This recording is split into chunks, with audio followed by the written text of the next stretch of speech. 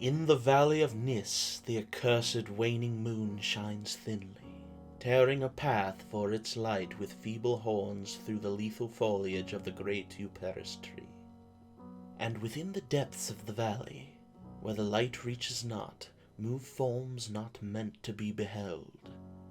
Rank is the herbage on each slope, where evil vines and creeping plants crawl amidst the stones of ruined palaces, twining tightly about broken columns and strange monoliths, and heaving up marble pavements laid by forgotten hands. And in the trees that grow gigantic in crumbling courtyards leap little apes, while in and out of deep treasure vaults writhe poisoned serpents and scaly things without name.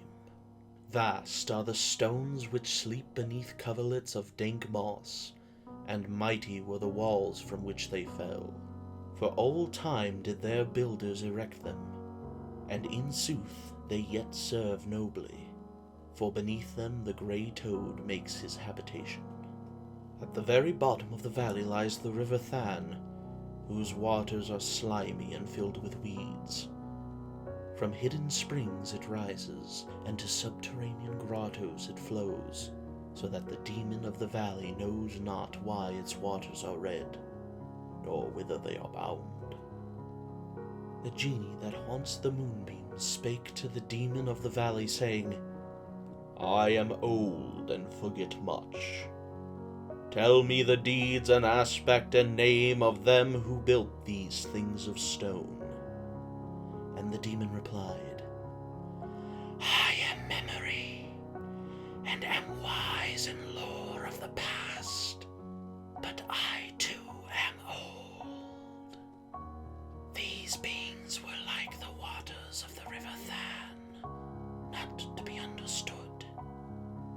Their deeds I recall not, for they were but of the moment.